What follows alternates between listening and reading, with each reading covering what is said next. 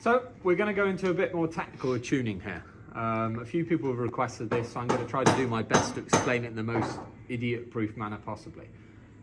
This is a Monster.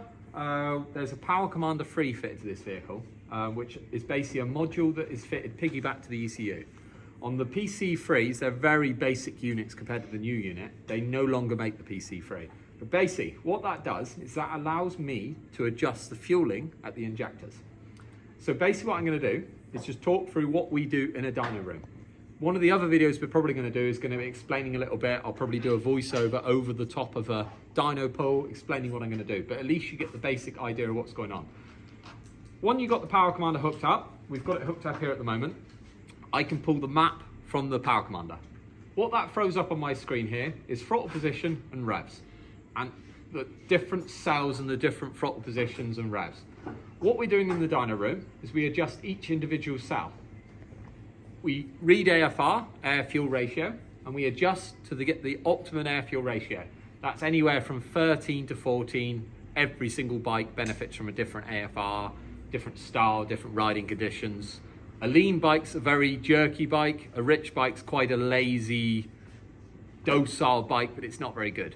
To get the optimum fueling, we go into this setting, we adjust on the dyno, and we basically change the settings. To give you an idea, across the top here, we've got throttle position. You've got 2, 5, 10, 20, 40, 60, 80, 100.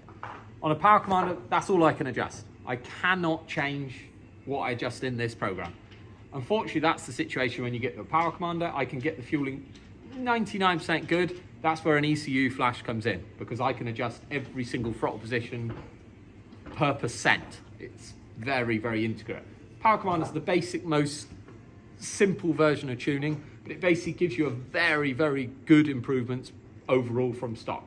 So what we do is in the dyno, I do a run at, say, 10%. So throttle position would come up here. I'd hold the engine at 10%. I do a run from wherever it's happiest, usually on a Ducati's around 3,000.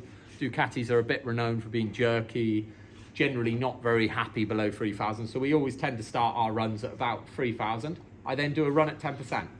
I take the base readings. That would throw up a graph on my dyno, which would allow me to adjust the fueling.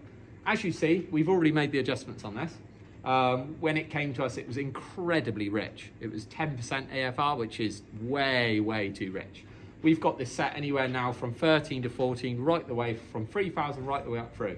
This bike's finished. This bike's very good. We gained, I think it was 6 horsepower at 100%.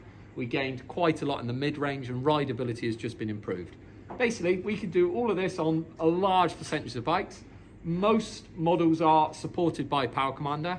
We try to do ECU flash when possible. If you go to our website, you can see the list of ECU flashing possibilities. If you can't see your bike there, contact us, because I suspect there's a Power Commander is available for your vehicle, and then we can tune it. Basically, we make it not necessarily more powerful. Naturally, that happens. But basically, the biggest improvements in rideability. The jerkiness when you're cruising along in traffic, the general cruising speed, fuel economy is generally better. Just generally overall, the bike behaves the way it should behave from the factory. But basically, that is the basic terminology when we talk about dyno tuning.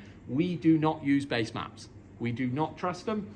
They're not the best. I know a lot of people use the base maps, but we tune in the dyno individually for each bike. When we started this bike, all these cells would have been 0. We've now gone up, down, whatever was the best to make the bike smooth. But basically, that's it. If you've got any questions, please email us. We can tune most bikes. We have a 250i DynoJet dyno with all the cooling capacity to cool anything.